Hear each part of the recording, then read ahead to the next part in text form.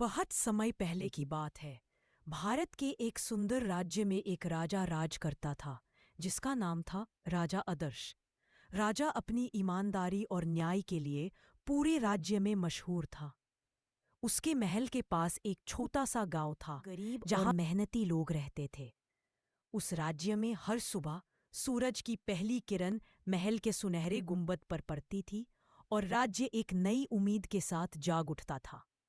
राजा आदर्श रोज सुबह प्रजा की समस्या सुनने दरबार में बैठता था।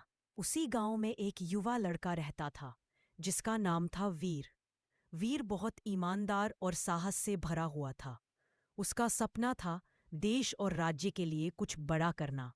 एक दिन राज्य में अफवाह फैल गई कि राज्य के खजाने से सोना चोरी हो रहा है। राजा चिंतित हो गया।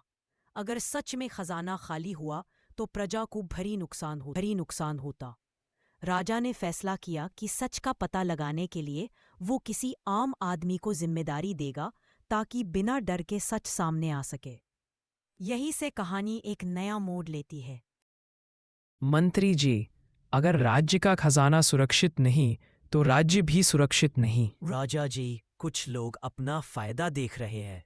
हमें किसी ईमानदार व्यक्ति की जरूरत है। मैं एक आम युवा को मौका देना चाहता हूँ। उसी दिन वीर दरबार में बुलाया गया। वीर ने कभी महाल नहीं देखा था। महाल की ऊंची दीवारें और चमक उसे थोड़ा घबरा रही थी, लेकिन उसका हौसला मजबूत था। राजा ने वीर की आंखों में सच्चाई देखी।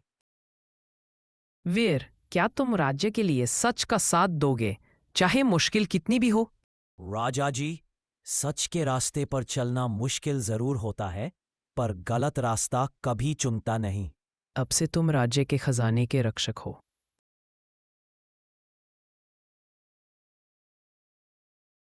वीर ने काम शुरू किया। उसने दिन रात खजाने की रक्षा की और सब पर नजर रखी। धीरे धीरे उसे पता चला कि चोरी का राज महल के अंदर ही छुपा है। एक रात उसने देखा कि राजा का एक लालची मंत्री चोरी कर रहा है। आज सच सामने आएगा। तुम यहाँ क्या कर रहे हो? राज्य की सुरक्षा कर रहा हूं, और आज तुम्हारा सच भी। सुबह दरबार लगा। वीर ने सबके सामने सच रख दिया। राजा को दुख हुआ, पर उसने न्याय का रास्ता चुना। जो न्याय को धोखा देता है वो राज्य का दुश्मन होता है। मुझसे गलती हो गई, राजा जी। गलती की माफी हो सकती है, पर अन्याय की नहीं। मंत्री को दंड मिला।